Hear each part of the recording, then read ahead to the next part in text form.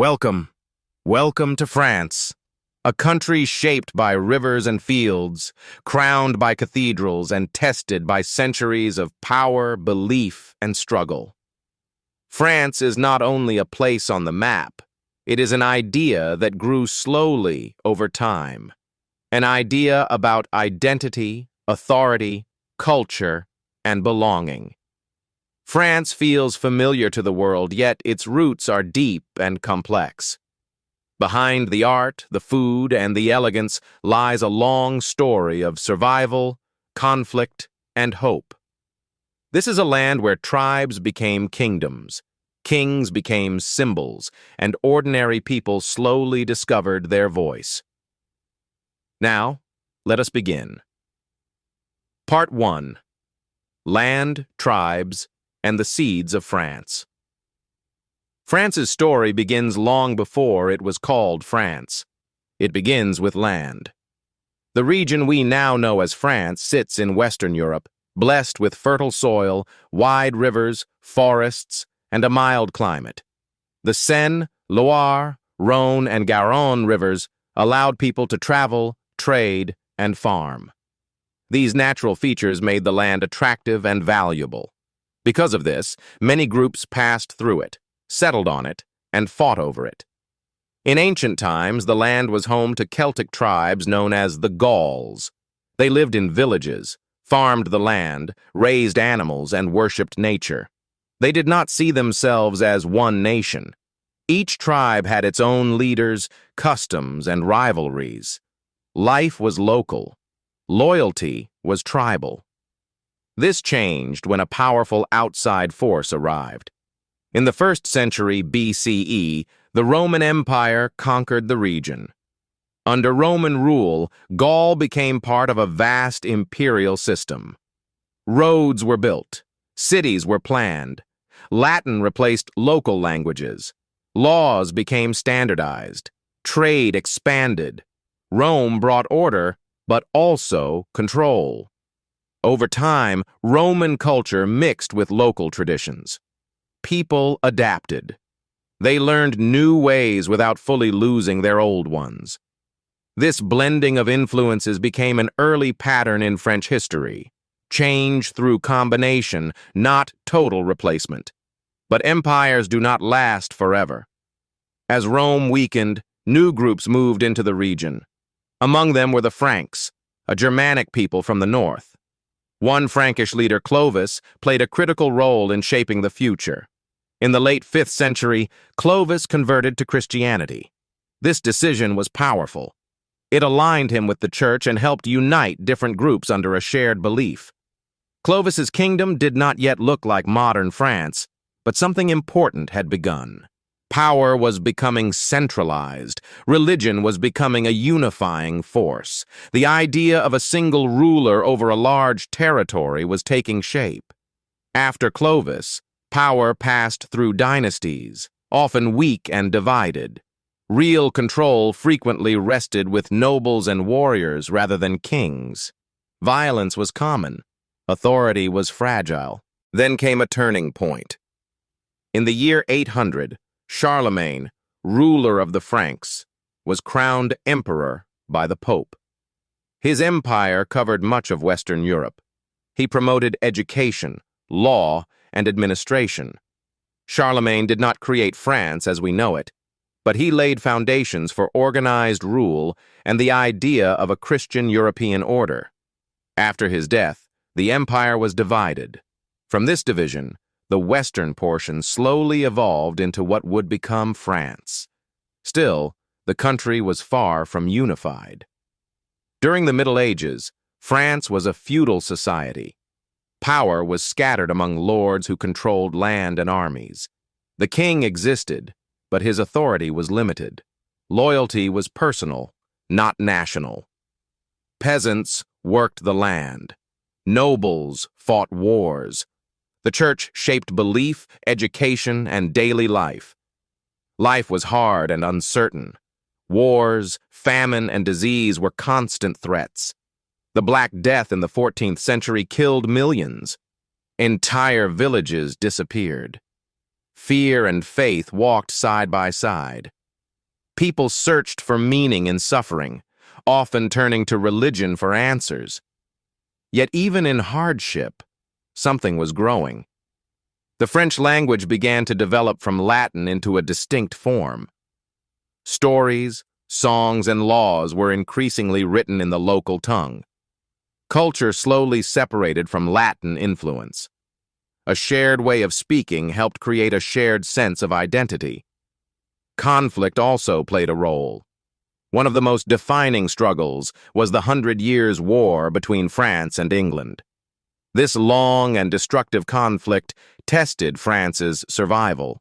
Large parts of the country were occupied. The monarchy seemed weak. Many believed France might disappear as an independent kingdom. Then came an unexpected figure, Joan of Arc. She was young, poor, and untrained, yet she inspired armies and revived national confidence. Joan did not win the war alone, but she became a symbol of resistance, belief, and unity. Through struggle, the idea of France as a single people began to take root. By the end of the Middle Ages, royal power slowly strengthened. Kings expanded their control, reduced the power of nobles, and created stronger institutions. The monarchy became the center of authority. France was no longer just a collection of lands, it was becoming a state. But this growing power raised new questions. Who should rule? By what right? And for whose benefit? As France moved forward, these questions would become impossible to ignore. The foundations were set. The land was claimed. The crown was rising. But the greatest conflicts between power and people, tradition and change, were still ahead. Part 2. Crowns, Revolutions, and the Fight for the Future. As royal power grew in France, so did ambition. Kings no longer wanted to simply rule. They wanted to dominate. They believed their authority came from God, not from the people. This idea became known as absolute monarchy. The king was the state.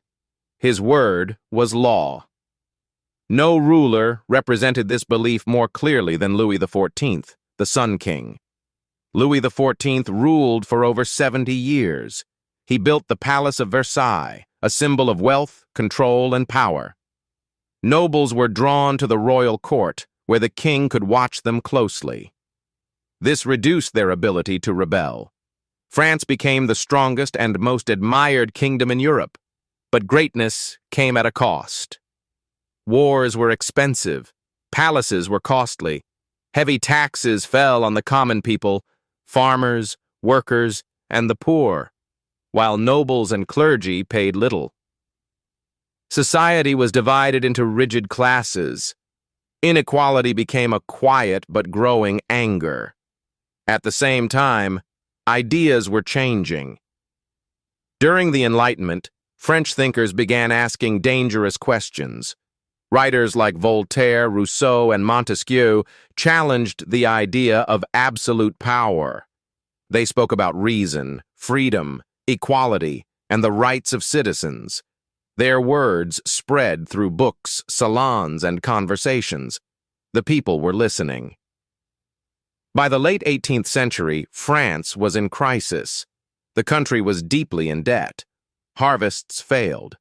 Bread became expensive. Hunger spread.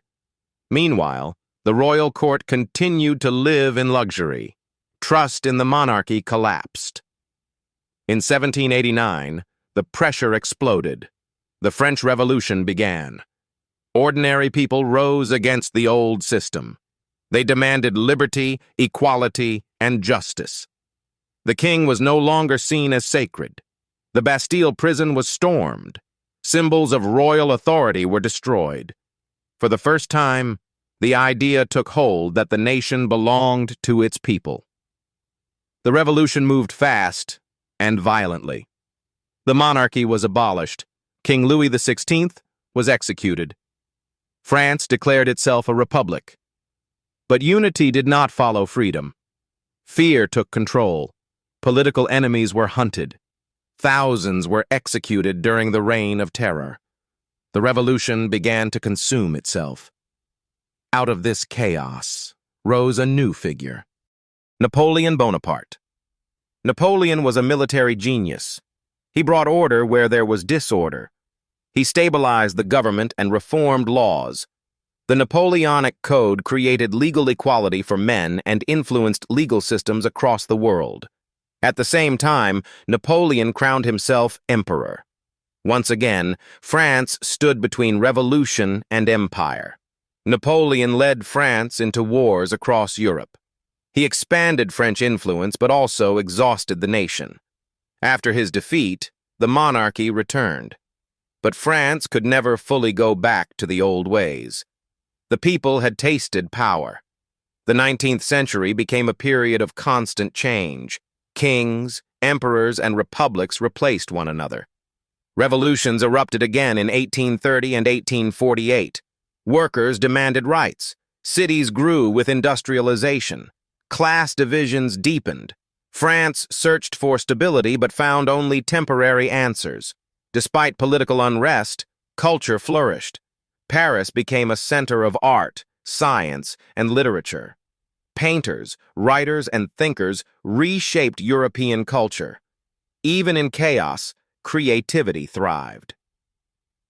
Then came another disaster. In 1870, France lost a war against Prussia. The defeat shocked the nation and led to the fall of the empire. A new republic was declared, but wounds remained open. As the 20th century approached, France stood at a crossroads. It had power, culture, and history, but it also carried deep scars. The question remained: could France unite its ideals with lasting stability? The answer would be tested by the greatest conflicts the world had ever seen. Part 3. Modern France: Identity, Influence, and Meaning. Modern France was born from survival.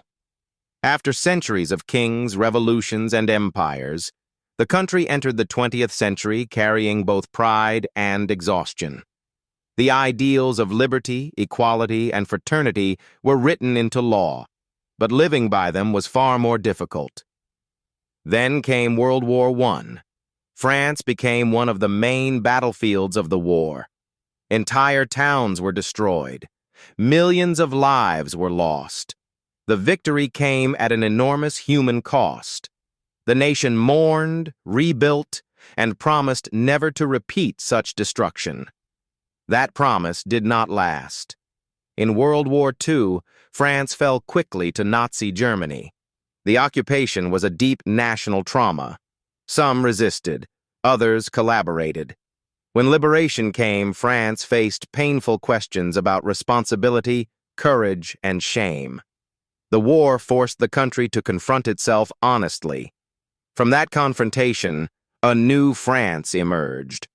The post-war period focused on reconstruction, democracy, and social protection. A strong welfare state developed. Education expanded. Workers gained rights. The modern French Republic took clearer shape. At the same time, France faced the end of its colonial empire. Former colonies in Africa and Asia demanded independence. These struggles were often violent and emotionally charged. France had to accept a reduced global role while redefining its identity at home. Immigration from former colonies reshaped French society, adding diversity and complexity to the national story. Through all this, culture remained central. France continued to influence the world through fashion, cinema, philosophy, food, and art.